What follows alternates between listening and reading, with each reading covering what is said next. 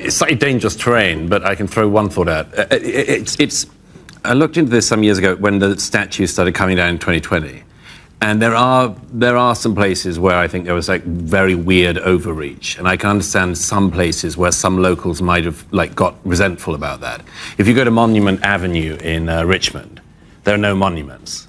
It's just an avenue with a lot of like stone bases on which you could put a statue at some point, but there aren't. If you're into plinths, it's a great place. It's a lovely place.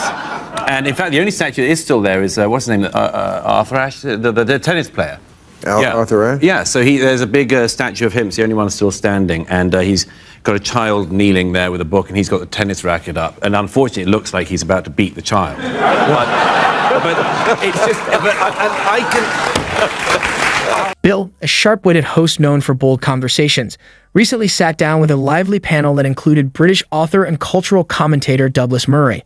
Together, they explored some of today's most pressing issues, from how we engage with history to the growing concerns around economic disparity and public health. The conversation didn't pull any punches. Murray offered a strong critique of modern cultural shifts, while Bill posed challenging questions across the board. The result? A thoughtful, sometimes intense exchange that captured just how divided today's world can feel. But perhaps more importantly, it highlighted the power of open dialogue, even when it's tough. This wasn't just a debate over headlines. It was a reminder that in complex times, real understanding only happens when we're willing to talk, listen, and challenge one another. Let's keep the momentum going. Celebrated slave owning. And these statues weren't built during the Confederacy. Sure. They were built when the Jim Crow laws were being enforced and segregation was really being enforced. So I think we need to know our history and honor our history, but I can understand how it would be tough to live in a town that is celebrating people who really thought that slavery was a great thing. Well, everybody thought that, by the way. I mean, I agree. First of all, to re-put the statue up? No, that's sure. Great. But, I mean, but you can do what museums call retain and explain. I mean, you say we need to know our history. How are people going to know their history if there's no statues representing anything that happened except for one side? I mean, in most countries, like France, for instance, France said in 2020, the president himself said, we will take down no statues, we need to know all of our history. And that's in to the explain Soviet it. Union, should they have kept the statues of Marx and Lenin up after Russia became a republic? They did. I've been to them. There are lots of the former Soviet republics put all the statues in a park, for instance, where you could then go to look at them. And that's a museum would be great. Right, it is. But a lot of the statues we're talking about are not explanations, they're venerations. Sure, celebrations. Exactly. And if they're celebrating, as you just spoke so eloquently to, if they're celebrating things like slavery and the Confederacy. Efforts to restore certain historical names in public schools have reignited debates about how we remember the past and what values we choose to elevate. At the center of it all is a deeper discussion about national memory and shared identity. Some critics point out that many of these symbols weren't originally created during the events they reference, but later, often tied to social and political motives of their time. They argue that these names and monuments can reflect an edited version of history. On the other side, voices like Douglas Murray and Bill suggest that removing them entirely may risk losing valuable opportunities to reflect and learn. They propose placing such markers in context, so we remember, but with clarity and purpose.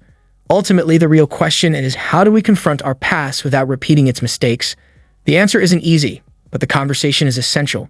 Like Stonewall Jackson, I don't think you particularly need to have a school named after. But, don't forget in 2020, this rampage went all the way through to any high school named after Thomas Jefferson. Right. Well, so there's a logic, right. And it can get out of hand. And it got out of hand very fast. You were talking about what might happen with the Trump administration. I hope that we're not going to have in Monument Valley the January 6th insurrectionists and what was the guy with the horns? Statues of those rebels. I could see. But he will get them out of jail. Absolutely, yeah, absolutely. He will pardon them. But I mean, again, on the slavery thing, don't put up statues of traitors who supported slavery, but also teach kids the truth. Yeah. Slavery was a horrible thing that everybody in the world did, including people of color in other parts of the world. It's all through the Bible. Every civilization did it. They didn't even think it was wrong. There's no laws against it in the Bible. There's a lot of laws about it, and nobody ever goes, oh, maybe we should just not do it. Never crossed their mind. Right. One key theme from the panel was the importance of teaching history in full. The group emphasized that real progress comes when we tell the whole story, including difficult chapters like injustice and inequality. Douglas Murray suggested that preserving historical monuments can be meaningful if they're placed in educational spaces like museums, where they serve as lessons rather than symbols. This balanced approach, the panel agreed, helps people engage with the past honestly. History, when presented in its full complexity, becomes a tool, not just for knowledge, but for healing, empathy, and future growth. Tiered economy, this is for you, Frank, contribute to people's sense of grievance. Oh, yeah, that's in your book. Yeah, no, I read a lot about that in the book. I think one of the things that's happened to us is our economy has become such an engine of envy, right? Our service economy is tiered in a fine-grained way that it never was before. When I was a teenager and I went to a rock concert, I remember getting up at 3 in the morning and going to the Hartford Civic Center, that's what it was called at the time. Who were you seeing? I have to know.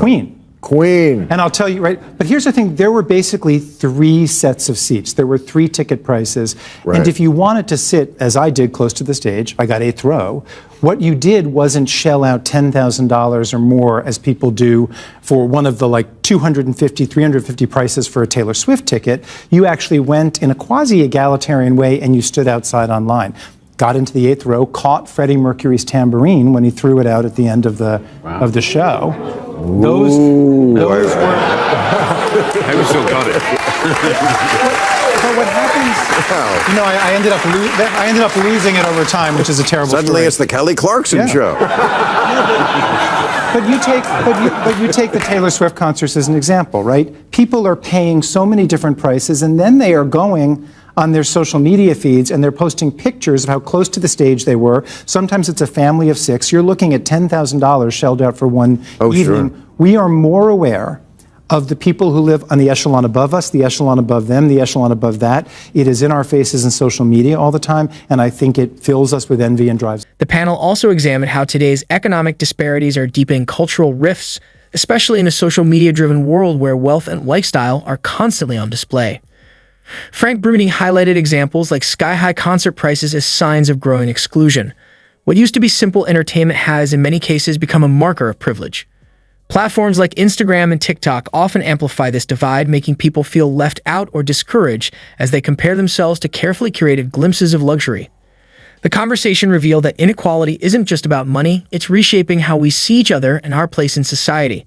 It's a powerful reminder to think about the systems we participate in and how they affect our collective well-being.